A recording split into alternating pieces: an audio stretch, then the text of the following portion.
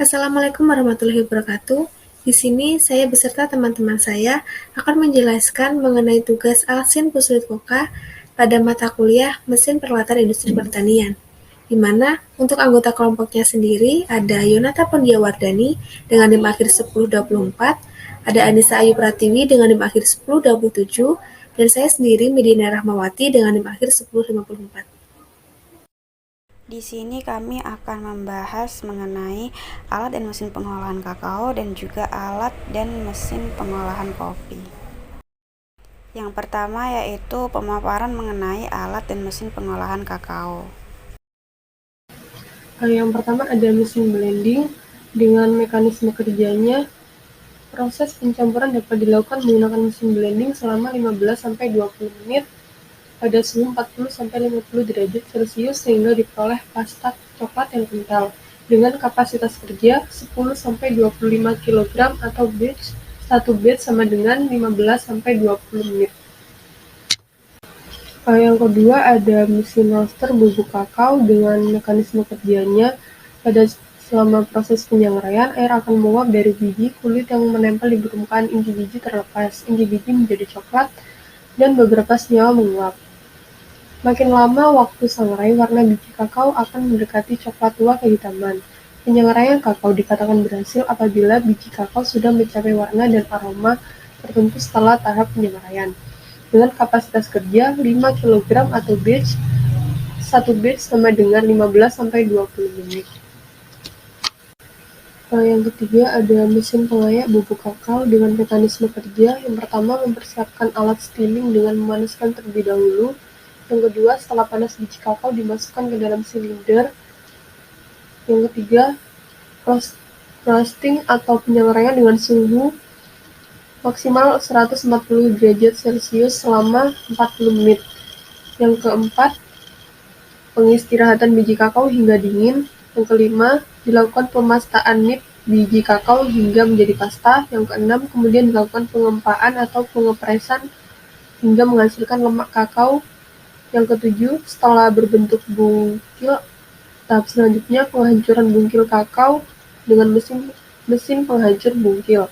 Yang ke-8, diistirahatkan dan kondisi bubuk kasar telah dingin, maka tahap selanjutnya adalah couching, yaitu mengubah bubuk agar bertekstur. Selanjutnya, pengayakan menggunakan mesin pengayak. Yang ke-10, alkalisasi dengan penambahan soda, maizena, gula halus, dan vanili. Yang ke-11, penyangraian bubuk halus selama 15 menit dengan suhu 120 derajat Celcius dengan kapasitas kerja 25-30 kg bungkil coklat per jam.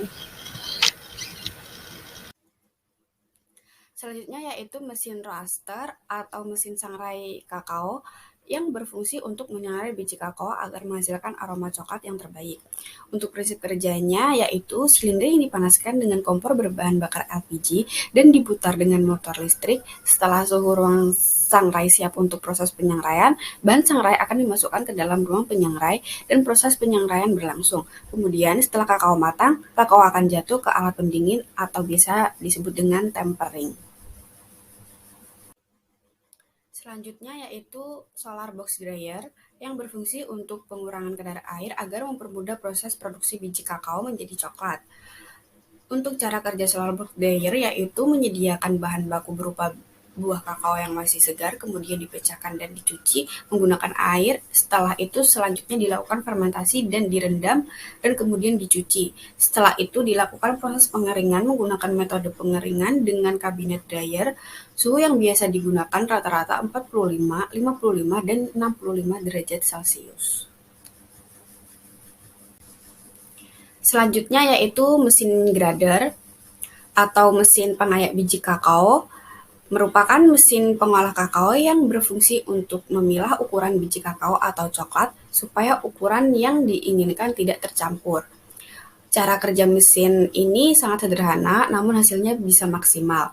Biji coklat kering dimasukkan ke atas ayakan, kemudian dengan sistem getar, biji coklat atau kakao akan disortasi sesuai ukuran yang dikehendaki. Biji coklat atau kakao akan terpisah sesuai ukuran dan akan keluar melalui saluran output yang ada. Selanjutnya yaitu penjelasan dari alat dan mesin pengolahan kopi. Di sini saya akan melanjutkan membahas salah satu contoh alat yang digunakan pada proses pembuatan kopi, yaitu mesin pengupas kulit kopi atau coffee pulper, di mana alat coffee pulper ini berfungsi untuk mengupas kulit merah kopi yang baru saja dipanen.